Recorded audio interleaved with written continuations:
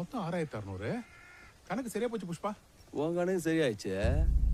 என் கணக்கு என்ன கணக்கு? நான் உன்கிட்ட கடன் வாங்கிட்டேன்னு ஊகலாம் தெரிஞ்சிச்சு. திரும்ப கட்டணும் எல்லாருக்கும் தெரியும்ல. அத சொல்றியா? குரப்பா எங்கடா தெரியும் புஷ்பா துட்ட கொடுத்துட்டான். போதும்ப்பா. யோ நேற்று ரேஷன் கடையில் அவ்வளோ பேர் இருந்தாங்களா? அவங்களுக்குலாம் யார் சொல்லுவா? அதுக்கு இப்ப என்ன பண்ண சொல்ற? அச்சானே நேற்று கடையில் யார் இருந்தாங்க படி? நேத்து மட்டும் 120 பேர் இருந்தாங்க. பாகாள ரவி, சலபதி, முனியம்மா.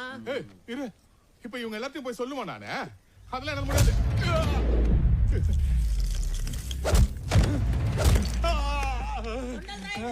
கொண்டலாடு புஷ்பா எல்லா பணத்தையும் கொடுத்துட்டான்.